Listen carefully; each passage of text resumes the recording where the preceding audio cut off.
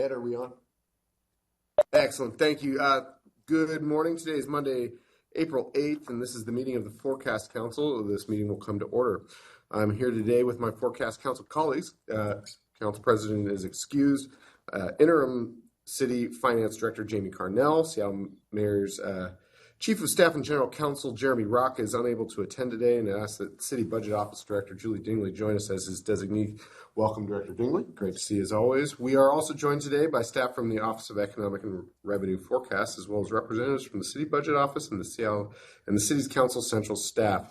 The main purpose of today's meeting is for the Forecast Council to receive and review the updated economic and revenue forecasts. This April update is the first of 3 revenue forecasts that we will be reviewing this year. We'll return in August and in October to receive the revised forecasts. Each of these forecasts will be prepared and presented by the Independent Office of Economic and Revenue Forecast. This office was established in 2021 and is modeled based on similar independent forecasting offices operating in King County and Washington State. The main purpose is to increase transparency and accountability around the city's revenue forecasting process, and to ensure that there's no political influence on the forecasts themselves, which I believe is happening, and it's really a great office. Thank you for all your work. Councilmember Nelson, no longer excused, has joined. Thank you. Before moving on to the presentation of the forecast update, let's begin by formally adopting the agenda for today's meeting. Do I need to call the roll? I'm going to look to you, Ben. In the past, it has just been, are there any objections, if you will, to adoption of the agenda? And if not, move on similarly with the meetings. Fair. Well, I see everyone is present. Let the record reflect that everyone is present. So I will move to adopt the agenda. Is there a second? Second. It has been moved and seconded to adopt the agenda. Today's agenda is before the Forecast Council, and at this time, this is the opportunity for members to move to amend the agenda to add an item. Are there any proposed amendments? Hearing no amendments. If there are no objections, the agenda will be adopted. Hearing no objection, today's agenda is adopted. Moving on to item 1, a copy of the minutes from the February 16th meeting of the Forecast Council has been circulated to the members and posted online. I will move to seek a second for the approval of the minutes. Is there a second? Second. It has been moved and seconded to approve the minutes of our last meeting. If there are no objections, the minutes will be approved. Hearing no objection, the minutes are approved. Moving on to item 2, presentation of the 2024 economic and revenue forecasts. Moving directly into the main item on today's agenda, the presentation of the economic and revenue forecast led by staff from the Forecast Office. To ensure the Forecast Council is fully informed and able to have a full range of questions addressed, staff from the City Council Central staff and City Budget Office will also participate in this briefing. I am going to just take a pause to say I'm a bit of a formal person. I also understand the benefit of a more organic conversation. And so I want us to feel like we can just have an organic conversation. I do request that you raise your hand or signal that you would like to be called upon so that we can so it allows me to facilitate the meeting. So please be organic and formal. We can do both. It's an eclipse. We can do both. Forecast Office will present 3 economic and revenue scenarios, baseline, pessimistic, and optimistic. The office will then provide a recommendation about which of these scenarios should become the formal forecast. We will then have the opportunity to discuss this recommendation and whether to affirm the recommendation or consider a different forecast scenario. With that, I will now turn this over to the Forecast Office to present the April forecast. Jan, welcome. The floor is yours. Thank you very much, Chair Strauss. Good morning, Forecast Council members. Let's start. Council President, you have a question? I apologize. I just wanted to apologize for being tardy to the roll call. Thank you. Thank you.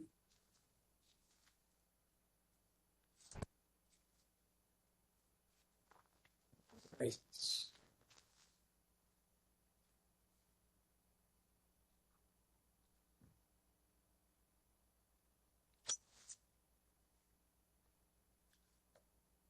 All right, so this is the outline of our presentation here today for the April update of the economic and revenue forecast.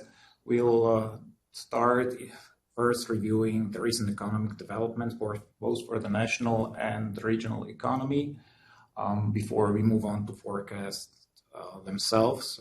And then we'll look at the economic forecast first before moving to the revenue forecasts.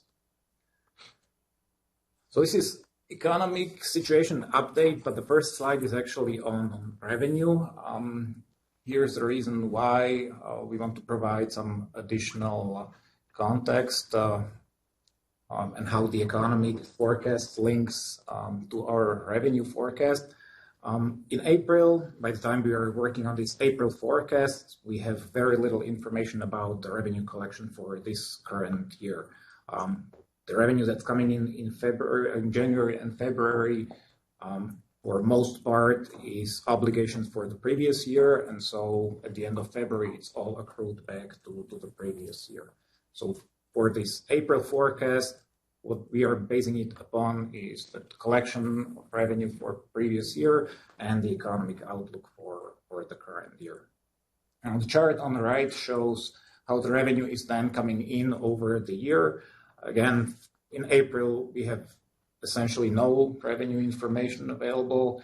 By August forecast, depends on the revenue stream. For some of them, we are somewhere around 1/4.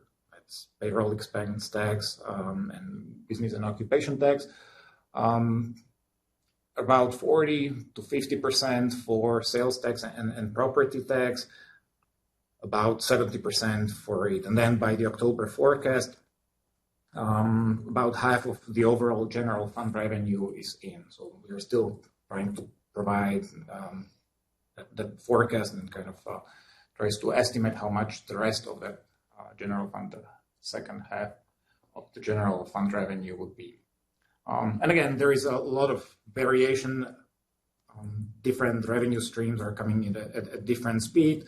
For REIT, we have about 80% of revenue in by the time of the October forecast. But for payroll expense tax, for 2023 in particular, what we have seen is that there was a large amount of revenue that came in with that last quarter. And we'll discuss a little bit more when we get to payroll tax why that is the case. And so even when we are doing that last forecast update in October, we have less than a half of payroll tax received that come in. So again, as a summary, we are looking back at the previous year for revenue collection. We are looking at how the economy has performed and then building the April forecast that we are presenting here. 2023 started with expectations of a recession. The chart on the right shows the national forecast from S&P Global from October 2022. So at the time when we are working on the adopted 23 forecast, this is what it looked like. Employment was expected to fall by about 0.5%. Very little nominal growth for retail sale was expected. Similarly for personal outlays, they were expected to be below inflation, so essentially recession in form of slower employment, in form of lower consumer spending in real terms. And the overall expectation was that there is about more than 60% chance of a recession sometime during the 2023. Luckily, the economy outperformed those expectations, and there was actually a very strong real GDP growth, really resilient labor market, and consumer spending were just helping the economy in general. So the economy avoided the recession. Employment grew by 2.3% in the end. CPI inflation came in around what was expected in fall 2022. There has been a little bit of revision throughout the year, but in the end, there was a decline of inflation just as economists were expecting. So on that side, it was quite aligned with the expectations back in fall and throughout the year. And so overall, even though the interest rates were high and those fears of recessions have now essentially faded, and it seems like the Fed is succeeding in terms of guiding the economy toward a soft landing, lowering the inflation without triggering any recession, without any of those costs. employment or real spending. Now, this is how things look like for the regional economy.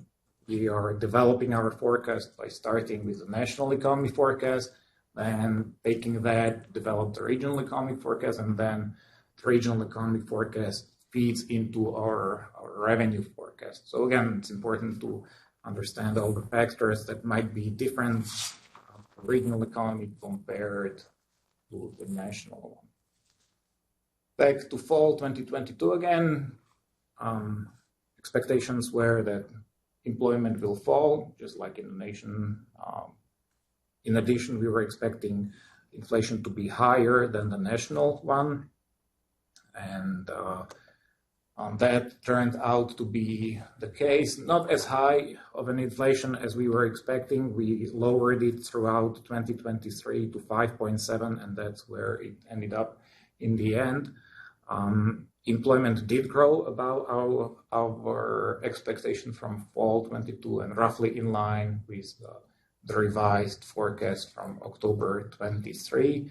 It grew 1.3%, so it outperformed the expectation that we had. That's been however modest, and employment grew slower than on the national level, about 1% slower, 1.3 versus, as was shown on the previous slide, 2.4 for U.S.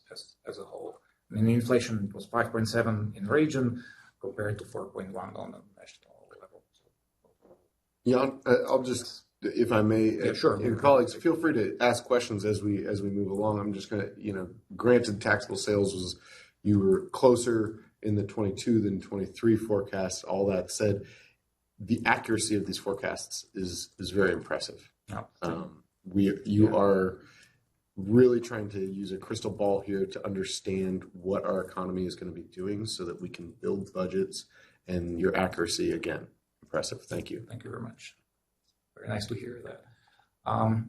So we are, that's one thing that I wanted to briefly comment on, and we'll spend more time talking about sales tax and what exactly happened there. That's the part where the part of revenue that grows slower than what we were expecting, 2.5% nominal growth in taxable sales was below our expectations.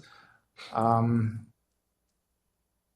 again, there are a couple of reasons that we'll go a little bit more into detail. Before that, I want to quickly address that last thing, the missing bar in personal income. That's not, I did not mess up the animation here in the slide. It's really not there because the personal income estimates for 2023 will be only released by the Bureau of Economic Analysis in November 24. So after our last forecast update this year, BEA will release estimates for personal income for year 2023. And so that's our starting point to develop estimates for personal income over 24 and then into 25 and 26. Yeah, Director Dingley. Question for you, Jan. Is that just an anomaly for 2024 for the Bureau of Economic Analysis to do that cadence, or is that a new normal that we should expect? That's what they did before. That's what they're doing now. That's what they will be doing. Okay. This is personal income for the region. So we are talking about Seattle Metropolitan Division area here. The Seattle area means King and Snohomish counties, Seattle MD area. And for that really regional level of information, BEA only provides annual updates at the end of November. For state level data, there is much less of a delay. Washington State personal income data for the last quarter of 23 was released just recently at the end of March. So there is about 1 quarter of a delay there. Thank you. And that's essentially what we are doing. We are taking the Washington State personal income to inform our estimates of personal income in the region based on how employment is changing in the region versus the state. And so, yeah, this is just the kind of thing that we are always dealing with. Thank you. All right, so looking a little bit more into the difference in employment growth in nation and region, the red bar shows that 1.3% total employment growth for Seattle metro area last year compared to the 2.4 employment growth shown by the blue bar for United States. So about 1% difference. Now these individual bars below the total show how much of that total is coming from different sectors. So if you stack up the individual tiny red bars for those industries, you get the total red bar for regional economies. So some of them are contributing to the growth. Some of them, as you can see, in particular, we are looking here at information and professional and business services. They are offsetting the growth. And those two sectors have been essentially behind that the fact that the regional economy underperformed the national one. We have seen layoffs that started in late 2022 and then continued throughout 2023, and the overall employment in information and professional business sectors have declined. Jan, if I may, I'm going to editorialize a little bit here, looking at manufacturing and trade. These two sectors of our business only are able to operate within the industrial sectors of our city, the industrial zones, which is limited in comparison to the rest of our city's zoning. Just noting for this that while other things have decreased, this has stayed steady, if not increased. Yeah, manufacturing, that's a good point. Manufacturing actually outperformed the nation as a whole. The regional employment in manufacturing was supporting regional employment growth together with rather strong and solid growth in leisure and hospitality. They provided that would still that would counter those tech sector layoffs, and going forward, that's where we are expecting more growth together with tech sector stabilizing. So we'll get to the outlook for employment later on, but still backward looking.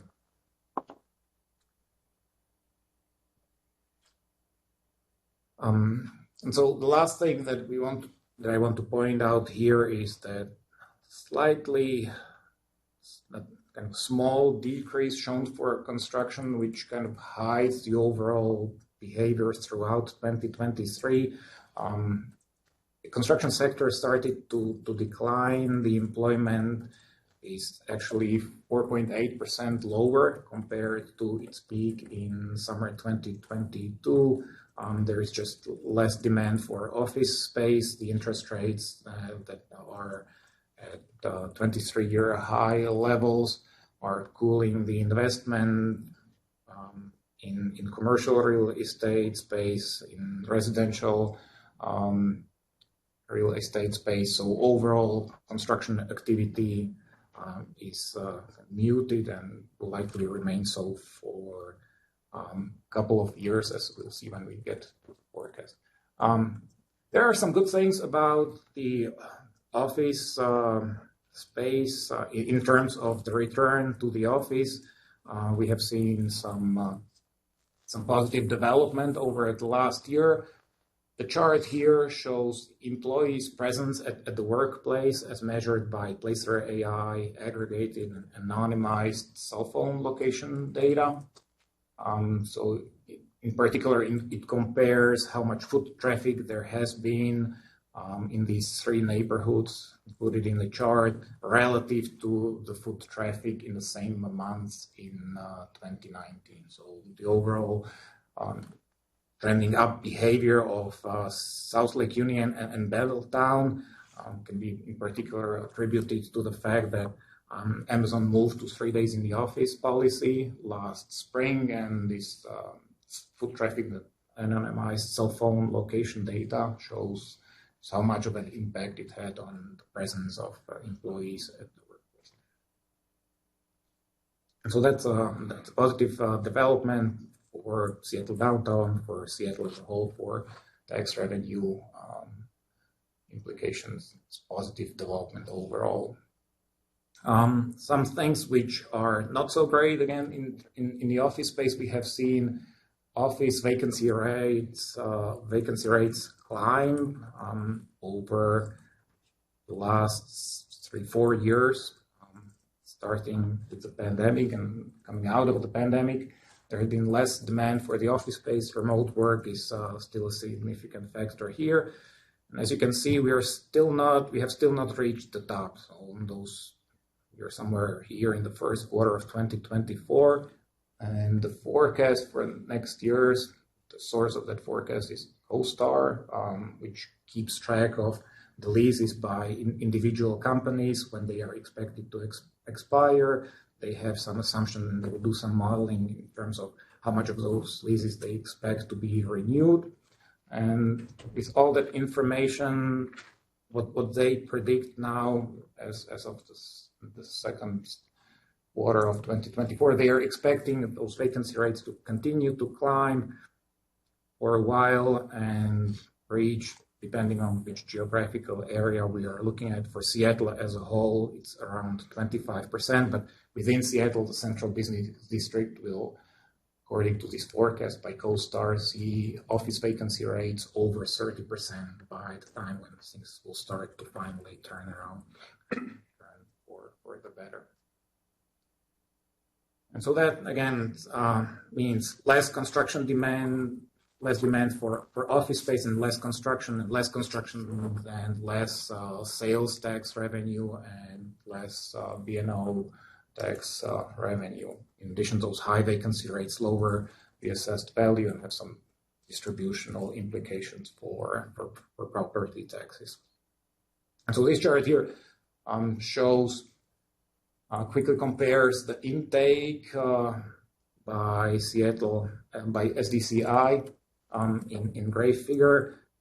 That's firms coming in with a request for some development and requesting a building permit.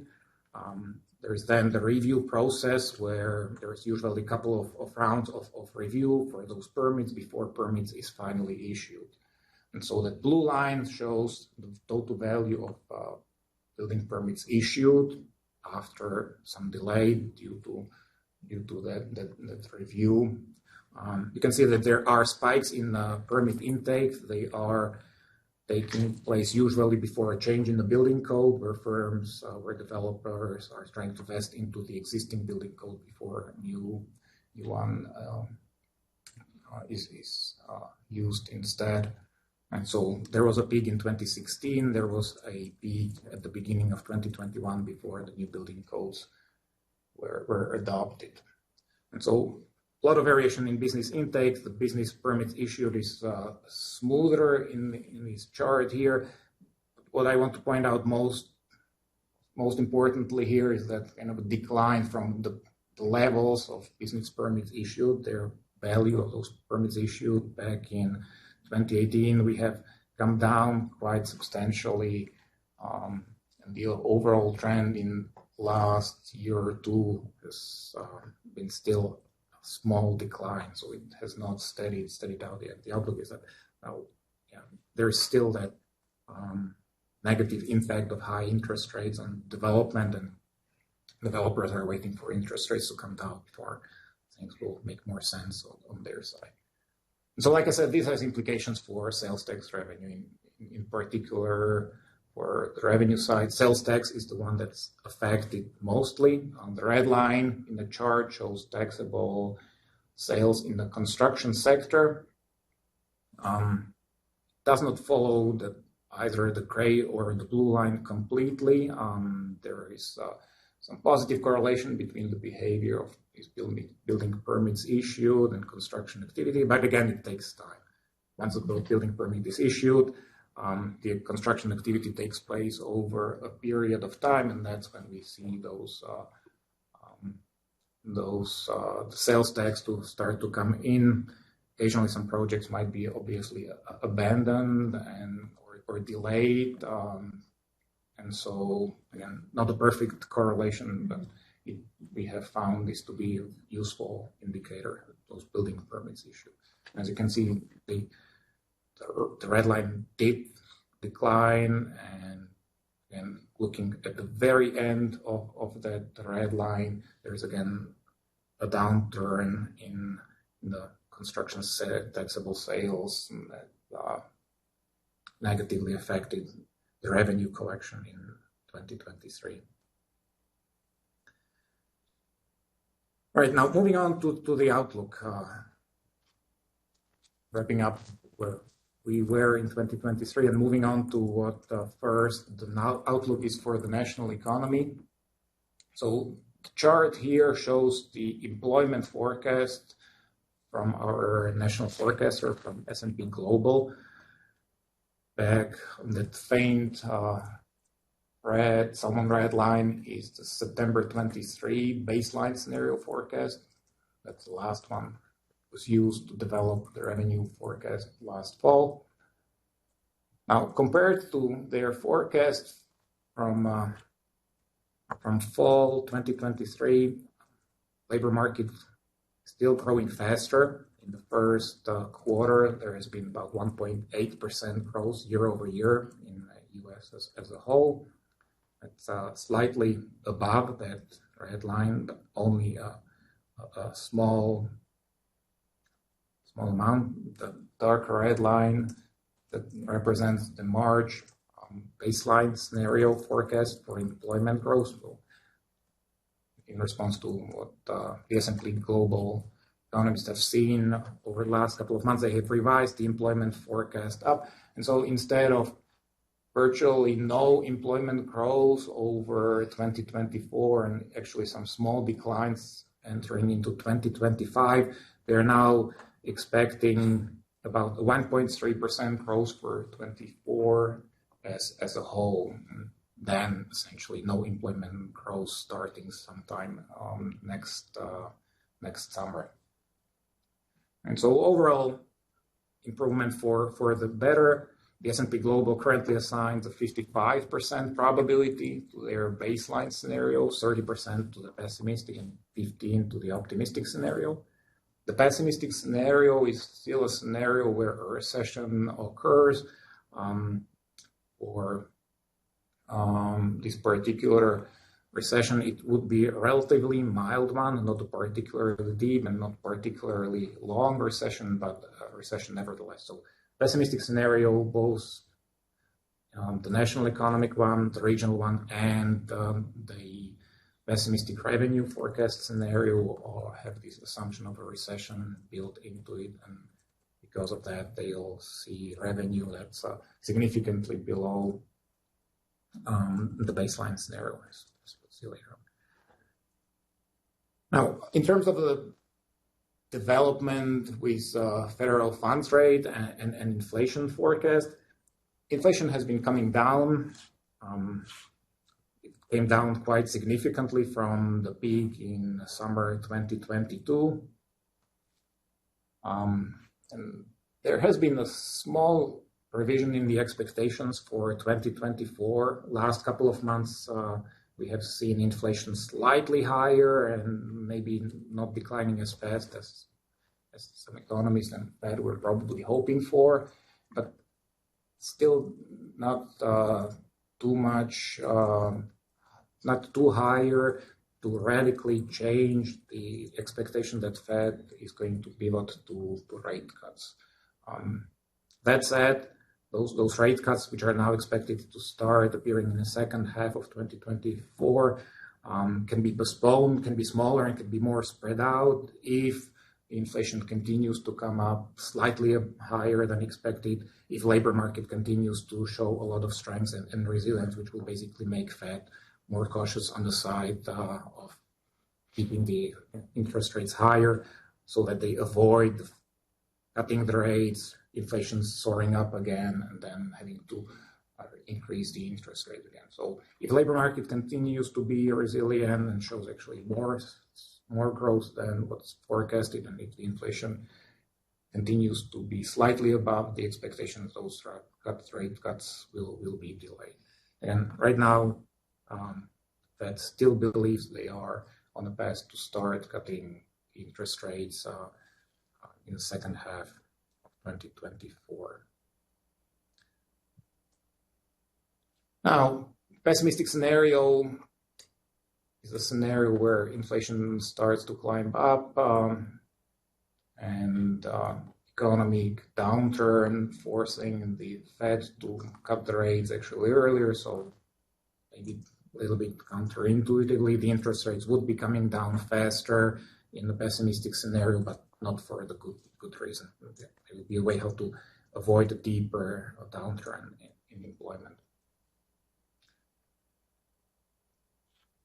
Our economic forecasts, like I said, the regional economic forecasts are developed based on those U.S. national forecasts from S&P Global. We are looking at data from other forecasters as well to kind of get a sense of how optimistic or pessimistic that U.S. forecast is.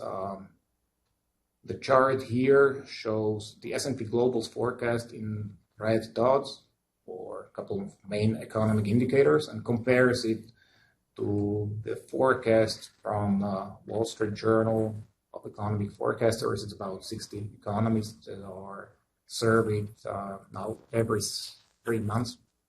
There is going to be another survey coming in April in about a week. This chart here shows their last survey from January 2024. So, as you can see, the S&P Global forecast, it's not overly either optimistic or pessimistic compared to the rest of the forecasters. They are very close to the median forecaster in that survey.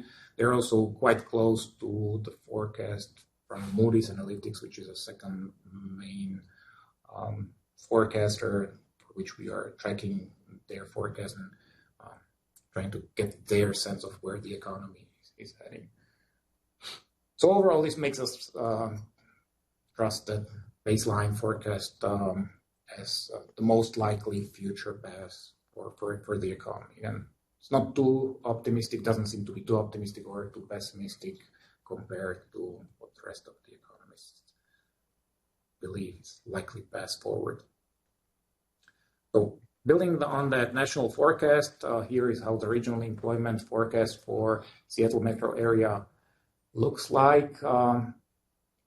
Starting with the September 23 baseline forecast scenario and building on the updated forecast, we have revised our employment up, both as a result of overall stronger growth in national economy that feeds into the regional forecast.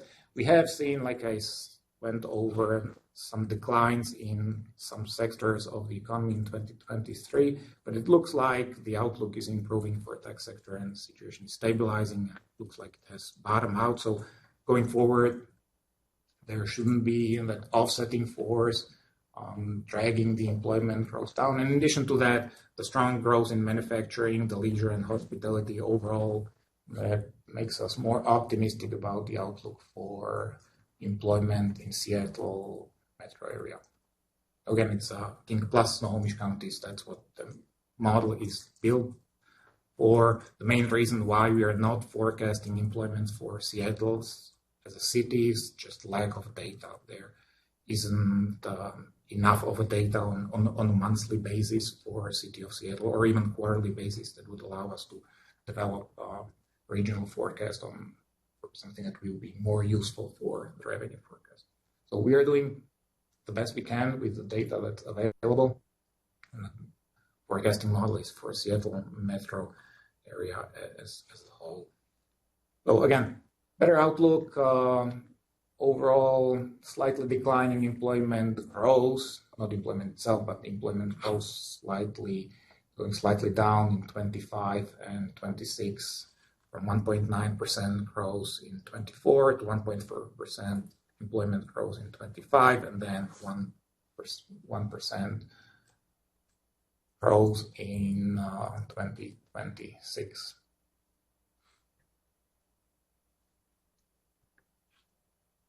That's the baseline. The pessimistic scenario, just like the national one, is a recession, employment losses peaking around 2% by first quarter of 2025 before a turnaround and complete recovery by the beginning of 2026. So not, again, very long recession, nevertheless, employment losses would happen and revenue would be coming down. All right, there are a couple of additional, the regional forecasting model has several other things that we are forecasting. We are forecasting employment not just overall, but broken down by industry. We have unemployment rate forecast. We are forecasting personal income, wages, permits that are then used to inform the construction forecast. We are usually presenting the employment forecast here for the sake of brevity and because it's a best way how to assess what the overall outlook for the regional economy looks like. Personal income, we again are facing some issues with data availability, so there is less of confidence on that side, and there's usually bigger revisions for income data. It's released with quite a bit of a delay, and certainly it's quite significant. So employment is the best indicator of overall health, provides best summary of what we are likely to see in the near future. So before moving to the forecast for the revenue, this is a quick summary and kind of hinting ahead what our recommendation will be at the end, which of the scenarios to adopt. The S&P Global's baseline scenario, I suppose it's neither optimistic nor pessimistic compared to the rest of the forecasters. They assigned 55% probability to it, and we have included all the other factors when we developed the employment forecast. Even with that, we are expecting reasonably strong growth in 24, but not overly optimistic. We're neither too worried on being too low or too high with that baseline scenario forecast. It's the most likely path going forward. That said, there are some risks to individual revenue streams, and we are I'm going to talk about them when we get individual revenue forecasts. But again, as a conclusion, this is what our forecast will recommend. We are going to recommend the baseline scenario forecast. Council President, I see your hand. I was about to jump in and say, I think we should finish this presentation. We'll come back to this slide to do the recommendation at the end. I'll just note that I am comfortable with the baseline scenario, having already reviewed the materials we're about to see. Council President, your hand is raised. Thank you. I didn't hear that sentence when Jan said, you said something about there is risk, I think you said, to some of our revenue streams. Could you just repeat that question? And then you said, but we'll talk about that. Council President, I'm gonna interject here. That is what we are about to hear in the remainder of this presentation. I just wanted him to repeat his words. Yeah, sure. Why don't we just get into the rest of the presentation? Right. Take it from there, Jan. Yeah, we are going to see that there are risks to some of the revenue streams, and they are linked to that downturn. They're mostly linked to the downturn in the construction sector, and the fact that, as this table here shows, the sales tax revenue underperformed our expectations. The table shows the actuals for 2023 and compares those actuals to our forecast from October 23. Main thing to notice here, I guess there's two, starting from all the way at the bottom. Overall, the revenue came in very close to the forecast. There is only 0.5% less actual revenue compared to the forecast. So still $8 million given the size of the general fund, but just 0.5% less than the total forecast. That said, for some of the revenue streams, and in particular the sales tax, the amount of this revenue stream underperformed is larger. Retail sales tax in the end came in 2.3% below our forecast, which translates to 8.1 million. And again, that's due to those risks that I'll talk a little bit more about the construction sector outlook and just the fact how the tax base for retail sales looks like.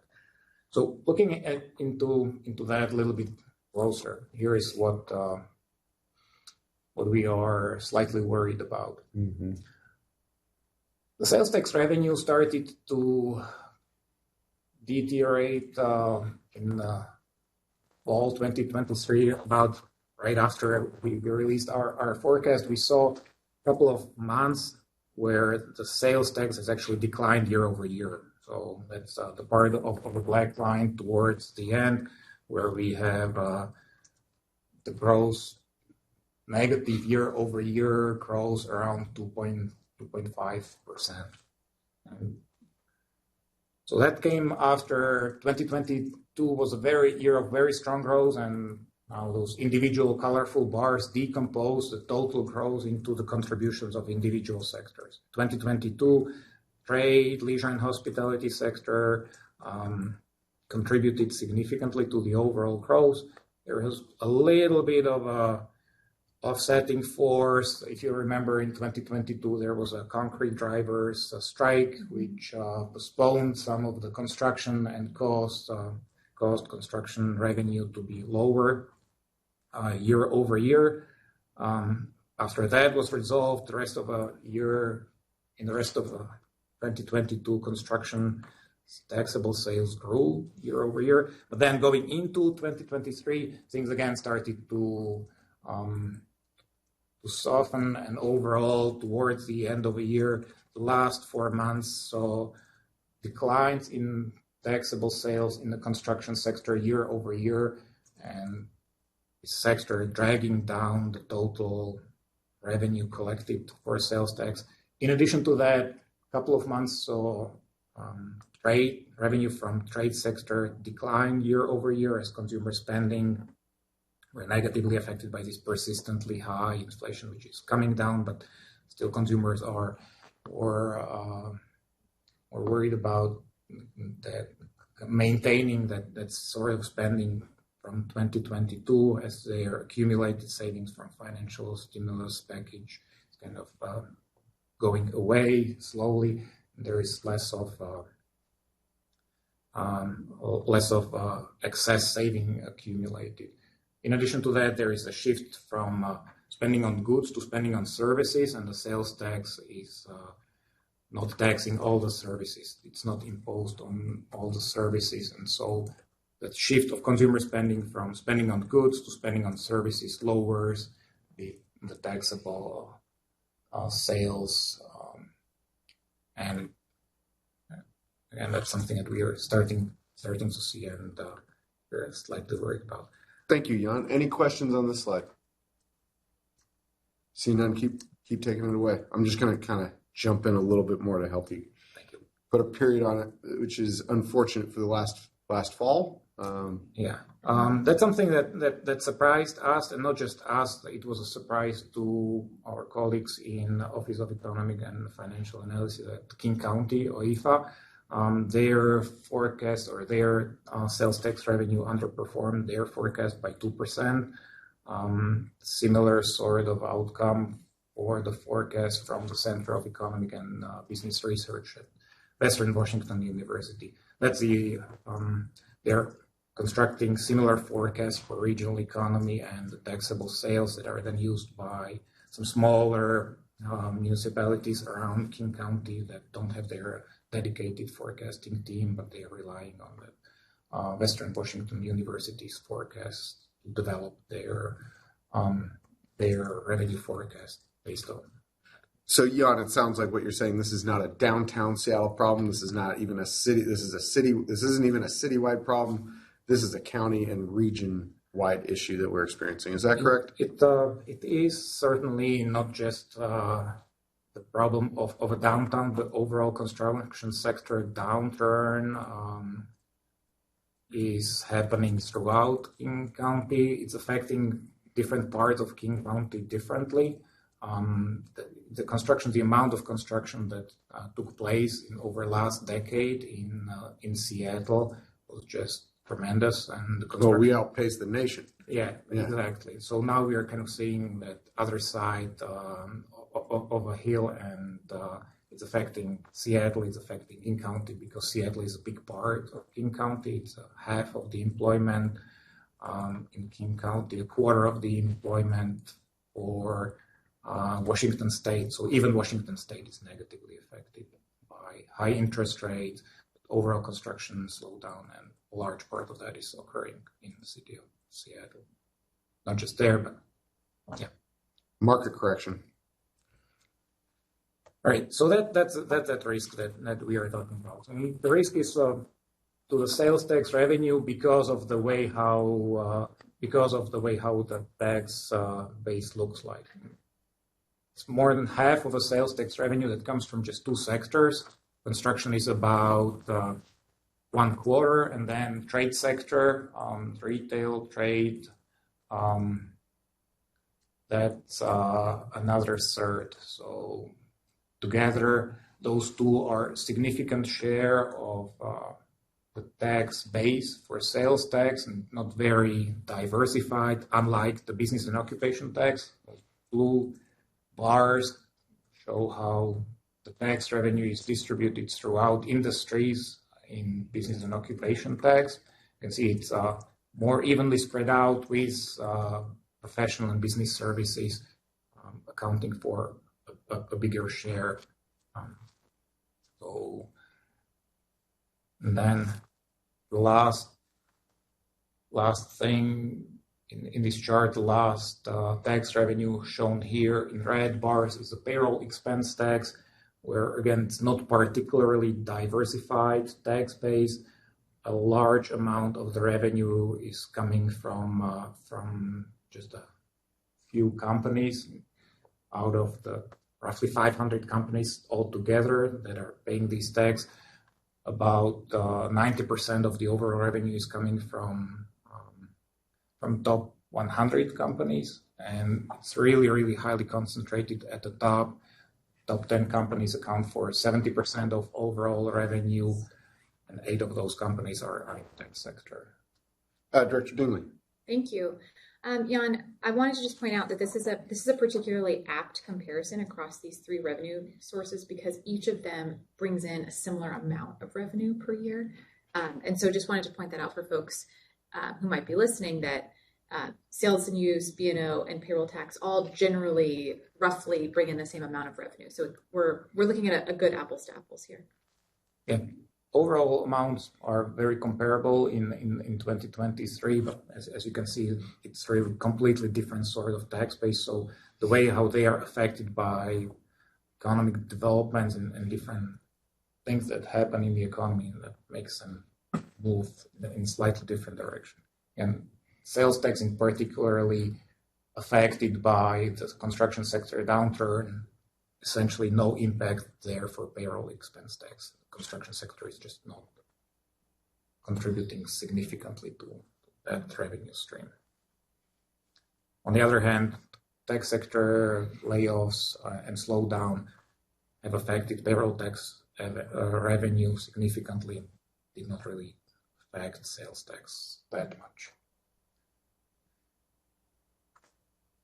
So we're moving now to the forecast itself. The baseline scenario forecast for general fund revenue is shown in this table here. The first column shows the 2023 actuals. As Director Dingley mentioned, retail sales and business occupation tax are very similar.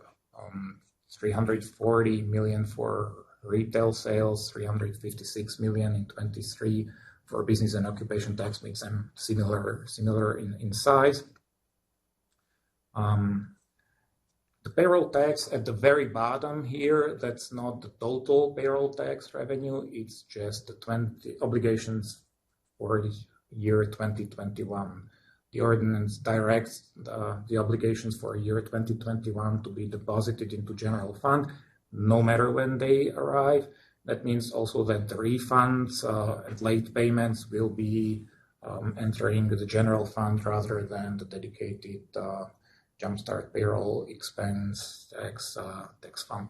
For that, we have a separate table that I'll present later. So the very bottom line, that's just the 2020 late obligations and refund requests.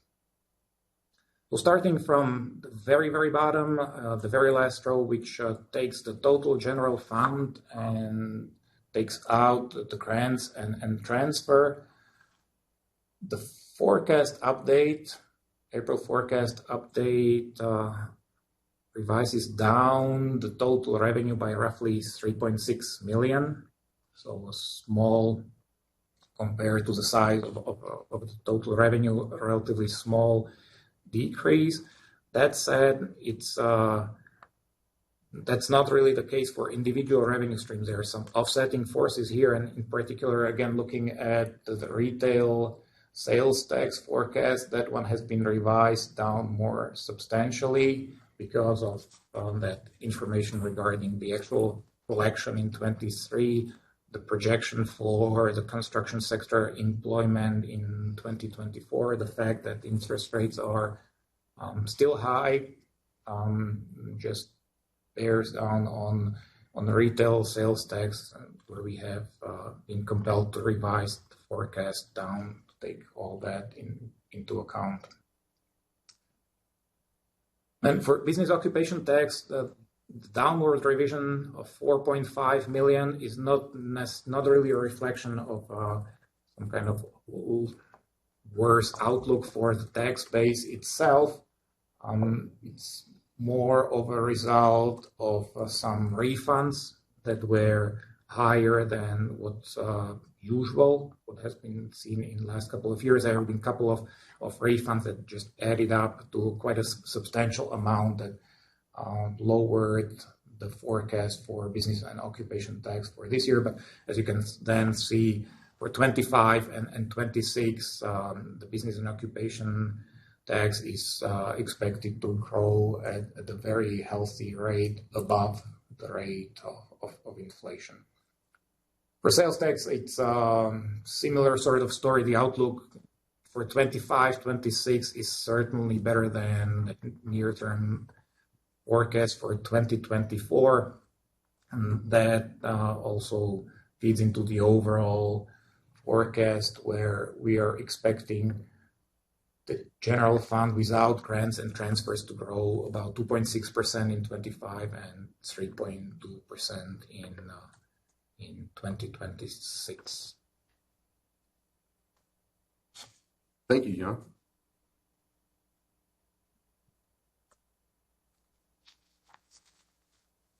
Moving on now to other revenue streams. Payroll expense tax in this table now shows the revenue without the 2021 obligations. Those are again entering the general fund. The line here shows the amount that's going into the payroll expense tax fund. There has been a quite significant upward revision for 2024, and that also leads into significantly higher forecast for 2025 and 2026. There are a couple of reasons for this upward revision, and there are some slides that follow this one that speak more to that part. For the rest of the revenue streams, there are some small revisions up and down, but nothing particularly major. We are, of course, happy to address any questions here if there is a question about any of those particular revenue streams. Colleagues, any questions?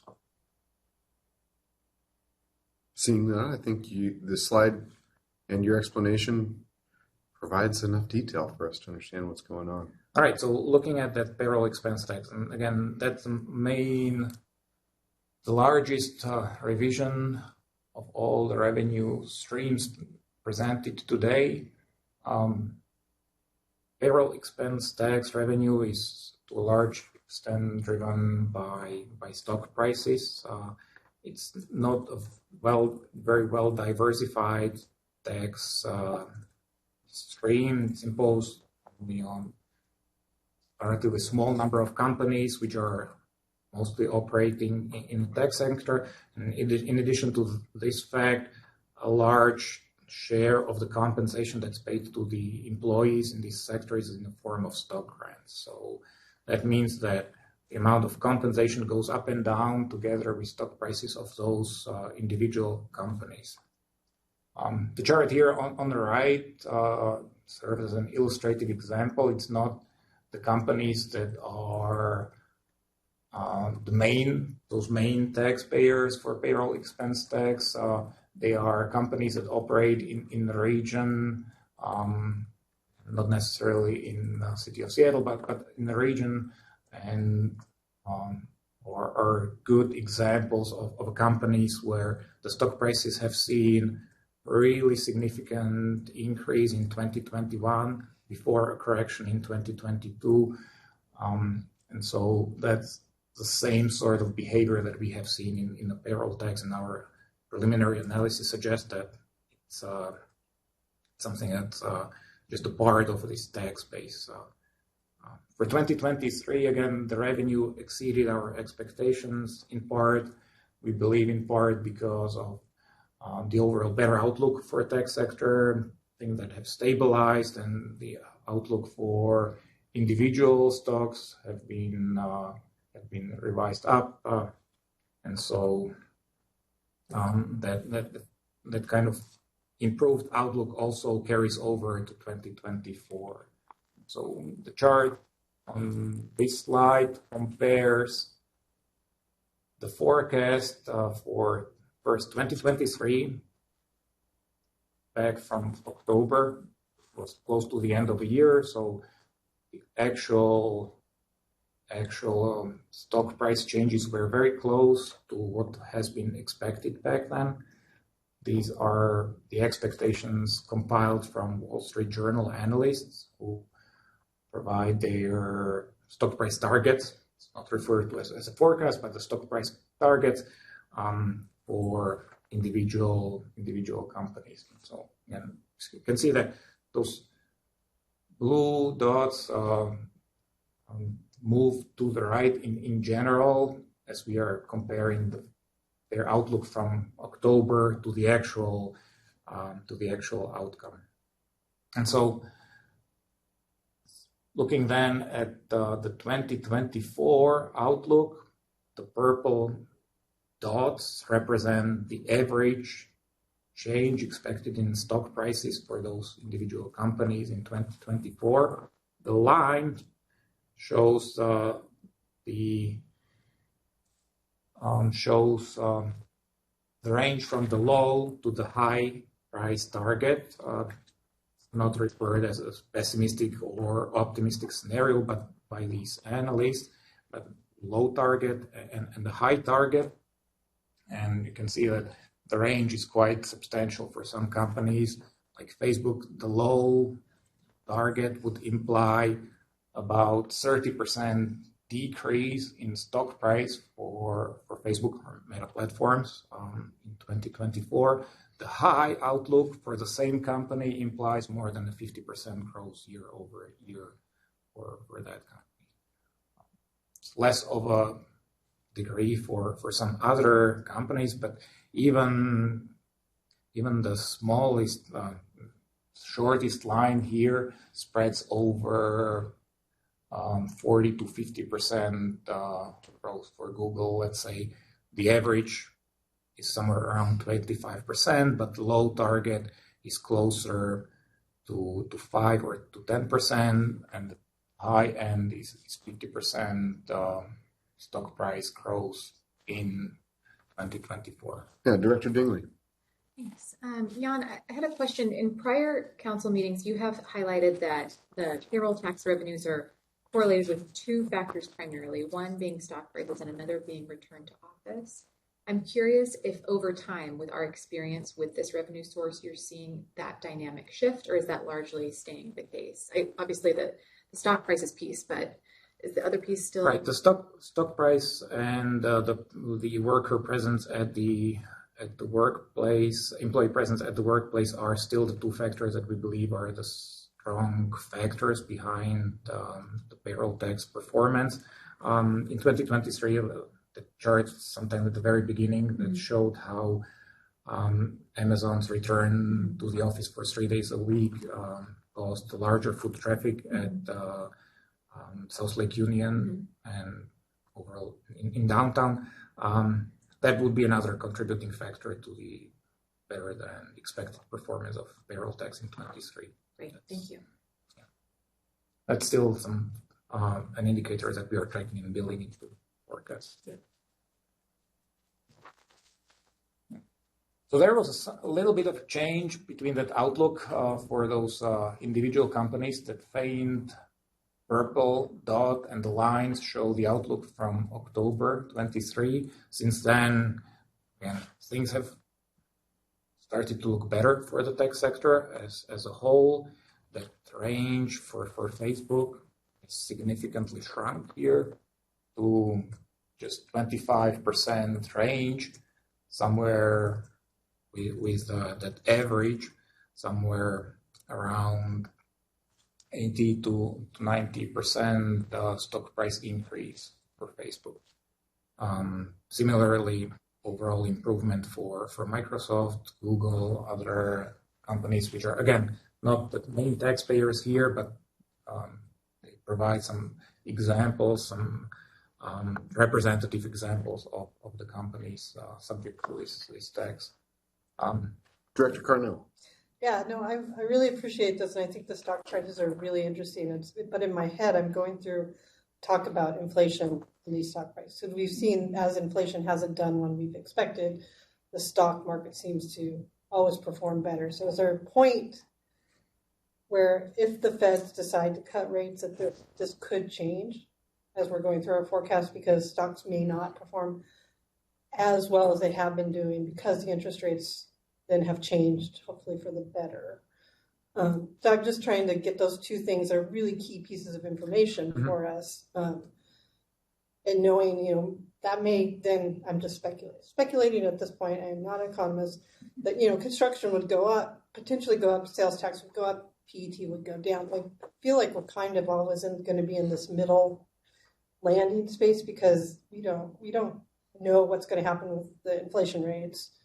We know how these two are they seem to be very strongly correlated. So it's just more of an observation of, expecting that we may always kind of be in this balanced side of things. Good, not necessarily great compared to the past years, but it would balance itself into a steady kind of arena for us in revenue.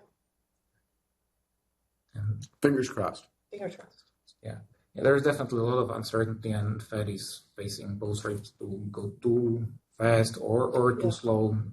They try to do their best, and just the amount of uncertainty is elevated, and that feeds into uncertainty for stock prices as well. And you can see just the sheer range of that outlook for some companies and how much it's changed over just a few months is really tremendous here. So because of that, there is going to be a lot of uncertainty regarding the actual outcomes for that particular revenue stream. This chart now compares the baseline, the optimistic and pessimistic scenario forecast for the largest revenues for sales tax, B&O tax, and payroll tax, which in 2024 were all somewhere between 320 and 350 million. Going forward, that can change quite dramatically depending on which of these scenarios becomes the actual future. And again, with all that uncertainty, there can be some really dramatic shifts in terms of the size and the proportion of the individual income streams in the overall revenue. So looking at these individual streams individually, and looking at sales tax, The pessimistic scenario, like I said, assumes a recession that is not short, that is not long. It's a relatively short recession. It's not deep. It's a recession nevertheless, and that feeds into a lower, into a revenue that actually declines in 24-5 before things turn around. Similarly, for B&O tax, the recession would significantly lower the revenue collected. It would not result in a downturn in nominal terms, but a downturn in real terms. Adjusting for inflation, there would be a decline in the B&O inflation-adjusted revenue. Then for payroll expense tax, the range really reflects the uncertainty regarding the outlook for the stock prices and the overall uncertainty more broadly. It's the revenue stream unlike any of the other ones that we are dealing with. And Jan, I'll editorialize here. I think it has been difficult for you to forecast the Jumpstart payroll expense tax because we are, I believe, only in our, I can't do fiscal math, but going into our fourth year of collection. Exactly. It's only fourth year of collection, and it's a tax that's imposed on annual compensation, which means that throughout the year we don't really know much until we come to the February of the following year, where in this particular year 60% of revenue came in after the true up for annual compensation. So, and I know enough about budgeting and forecasting and all of this to be our budget chair, and one of the highest level pieces of information that I've always used is 3-year smoothing and 5-year smoothing to better understand the direction that we're going. And we're not even able to do 5-year smoothing on the payroll expense tax because we're only in our fourth year collection. We can do 3-year smoothing, but it's the first 3 years where I think, just as you've described in this presentation, that we've begun to continue to dial in our tools, understanding stock market and return to office, layer on a global pandemic to the first 3 years. So I complimented you earlier on your accuracy with these forecasts. I also, again, compliment you on your accuracy here, and just seeing that this wide array from the pessimistic to the optimistic is your largest spread. I wanted to add that context, at least from my perspective, as to why that is still an accurate representation in my opinion. Yeah, thank you very much. That's this is, and we'll talk about work program after we wrap revenue forecast. But this particular revenue stream is the one where we expect to spend a lot of time together with Sean developing a better forecasting model to take into account some additional data.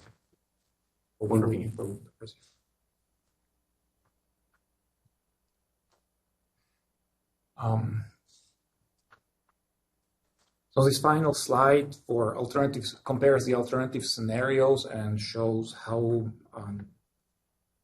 the either optimistic or the pessimistic scenario would change the total revenue received in 24, 25, and 2026. The main of the biggest differences are, again, in retail sales, business and occupation, and payroll expense tax, the ones that were shown on the previous chart.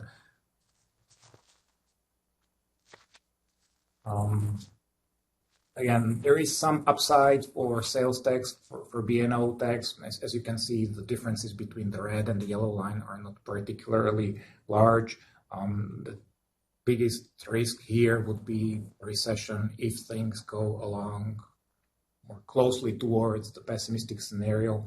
That would imply some potentially significant revenue losses, revenue underperforming relative to the baseline scenario. And then for payroll expense tax, it's just stock market where the S&P Global now forecast about 20% growth for 2024, but essentially no growth for 25 and 26. And the stock price is in general hard to forecast, so there is likely to be large revisions there as well. Thank you. And Jan, if you could take us back to the last slide of part 2. Colleagues, are there any questions right now regarding the forecast and recommendations from the forecast office before we move on to the adoption of the forecast? I am seeing no questions. Jan, as usual, you've done a good job. With that, if there are no additional questions, I will move us into the adoption of this forecast.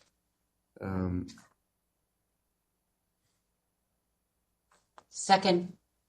Yeah, sorry. Thank you, Council President. I'm just catching up on my script. So it seems that we are going to move into, formally move into item 3 so that we can adopt this forecast. Per the ordinance that created the forecast office and the forecast council, it is the role of the forecast council to review and approve the forecast.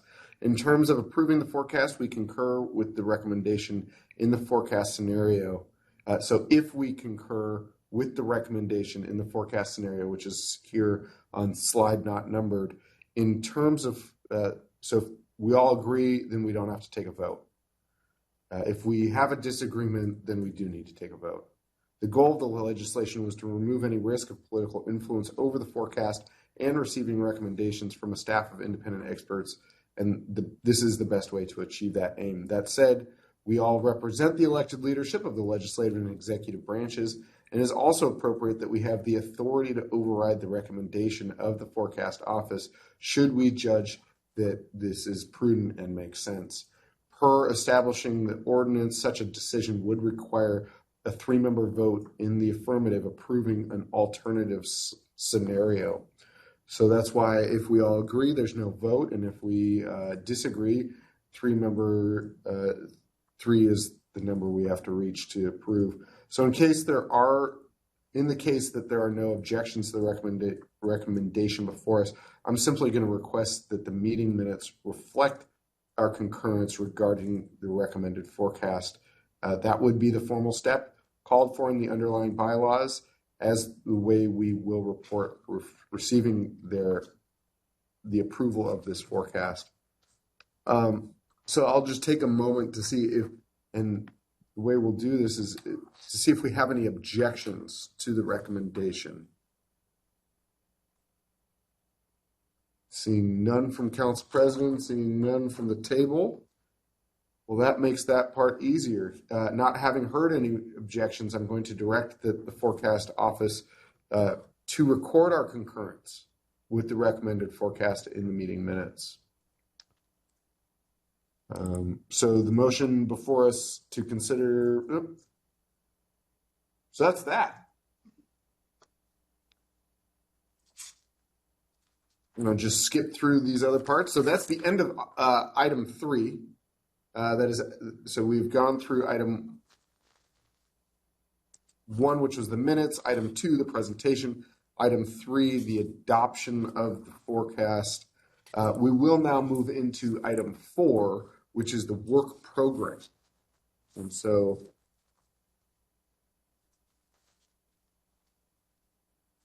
per the ordinance that created the forecast office, each year the forecast council must approve the office's work program. Director Duras will now present the office's proposed work program, after which we have the opportunity to discuss and potentially approve this proposal. So I've received your slide deck. Seems like you've got a lot of information in here. Let's move rapidly.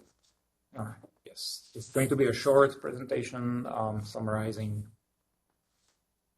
first, just really quickly about the background of the office. This office was created in 2021. It's structured similarly to the offices in King County, Office of Economic and Financial Analysis, and Washington State Economic and Revenue Forecast Council. The main goal was to establish an independent office that would provide non-partisan, confidential analysis and forecast for both legislative and executive staff. And over the past 2 years, we have worked, I believe, very successfully with both the central staff and the CBO, and established these working relationships and protocols, which I believe in general ensure better accountability and transparency and better access to the information for both sides. So the plan is pretty much continue with what we have been doing in the last 2 years. The Office of Economic Revenue Forecast has a couple of main revenue streams that it's responsible for forecasting: the sales tax, business and occupation, payroll expense tax, and then some smaller but economically driven ones like real estate excise tax, private utility taxes, admissions tax, business and occupation tax. And we are also providing inputs for the property tax forecast for the CBO. So we are forecasting assessed value and the value of new construction for that forecast. Now, going into looking at 2024 more specifically, the program proposes to update the forecasts 3 times, just like in revenue forecast 3 times in April, August, and October. In addition to that, there is a January forecast, but not a revenue forecast update. It's a regional economic forecast update. So we are we are proposing to continue doing 4 economic forecasts in January, March, July, and October. The forecasts are then presented on April 8th today, then August 5th for the August forecast, and the October date is still to be determined after the discussion with CBO and central staff, so it lines up with the overall timeline for the October budget adoption. We are, in addition to working on forecasts, preparing reports, quarterly revenue reports, which compare the actual revenue with our forecasts. And we are doing some ongoing monitoring of these individual revenue or income streams, and assessing the forecast accuracy and assessing what extent the models need to be refined. So in between the forecast, our staff works on improving the forecast models. The plan for 2024 is to spend significant amount of time on payroll expense tax forecasting. We have 3 years of revenue data collection. We have secured access to payroll data from Washington State Employment and Security Department. So we finally have access to that detailed data for individual employees, which can then be used to inform the forecast for the payroll expense tax. But we have to spend significant amount of time just understanding the data, cleaning the data, and then developing the forecasting model that takes the data on payrolls, not necessarily subject to the tax, filtering out only those, the part of the total payroll that is subject to the tax in Seattle. And we're creating some way how to inform that forecast using this new source of data. And then, depending on just how much time will be available, there is always some improvement that can be made, both to the models themselves, in terms of their methodology or additional data inputs. We are in particularly likely to look at the sales tax and the way how to build additional data sources or improve the forecast, given that that's the one that faces probably highest risks right after the payroll expense tax revenue. Then the last big part of a program is policy analysis and work that supports other departments.